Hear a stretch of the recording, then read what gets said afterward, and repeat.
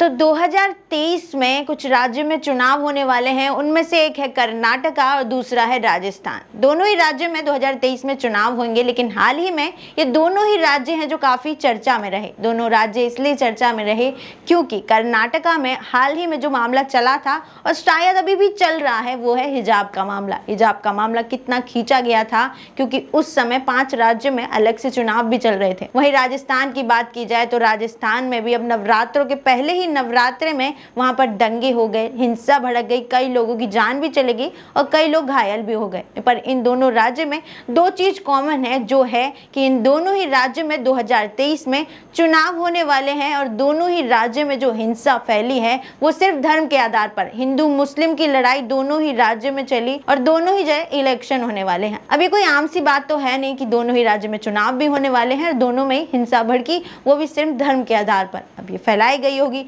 क्योंकि अगर देखा जाए तो हिजाब मामले में जो लड़कियों ने विरोध किया था, ऐसा ही लगा था कि सोची समझी साजिश है, क्योंकि हिजाब मामला शुरू तो हिजाब से हुआ था, लेकिन भगवा के बच्चे कहां से आ गए वो अभी तक किसी को नहीं पता चला। और वहीं अगर ये राजस्थान की बात की जाए तो राजस्थान में ये बात सबको पता थी, वहां पे मौजूदा लोगों को, कि यहाँ पर से कीर्तन की रैली निकलेगी। अब इसके लिए लोगों ने पहले से ही छत पर पत्थर रखे थे, ये तो खुद ही पता होगा, क्योंकि ये तो कोई नॉर्मल नहीं है कि किसी के छत पर इतने बड़े बड़े पत्थर हों, कोई पहले से आके हिंसा भड़का दे। अब कुछ लोग आते हैं एकदम से जय श्री राम और टोपी के पता नहीं क्या क्या बोलने लग जाते हैं, जिसको लेकर मुस्लिम भड़क जाते हैं और छत पर से पत्थर फेंकने लग जाते हैं। अब छत पर पत्थर कोई रखता हो, ये आम सी बात नहीं है।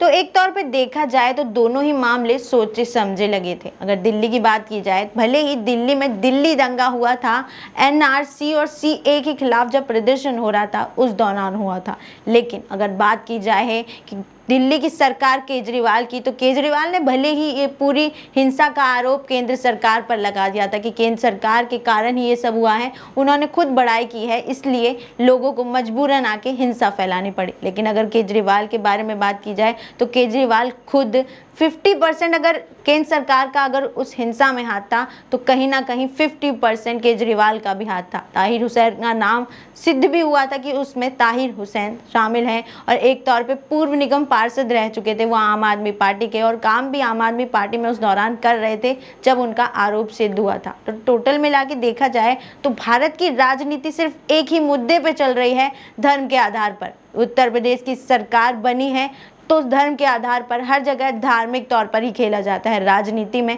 कोई भी काम के आधार पर नहीं खेलता। दिल्ली दंगा हुआ था तो केजरीवाल ने भी सिर्फ मुस्लिम लोगों को सपोर्ट किया था। अगर उन्होंने ये देखा होता कि किस लोगों की जान गई है, उसमें दोनों थे, हिंदू मुस्लिम दोनों शामिल थे, लेकिन फिर भी केजरीवाल ने सीए के खिलाफ जो विरोधी थे उनका ही समर्थन किया था। लेकिन उन्होंने एक बार भी नहीं सोचा कि ये सीए आखिर कानून है क्या। वहीं अगर बात करें राजस्थान की और कर्नाटका की, तो चुनाव आने वाले हैं, हिंसा फिलहाल शांत नहीं हुई है, अभी भी जारी है। पर देखने वाली बात यह होगी कि इन मुद्दे को आगे खींचा जाएगा। जैसे हिजाब मामला बहुत अच्छे से खींचा गया था, उत्तर प्रदेश में जब चुनाव थे उस दौरान भी वो सामने आ गया था। आपका क्या कहना है कि ये जो धार्मिक मुद्दा है इलेक्शन के टाइम पर जानबूझ के उठाया जाता है? हमें कमेंट सेक्शन में जरूर बताएं। फिलहाल इस वीडियो में इतना ही। ज्यादा अपडेट्स के लिए फॉलो करें ऑथम न्यूज़।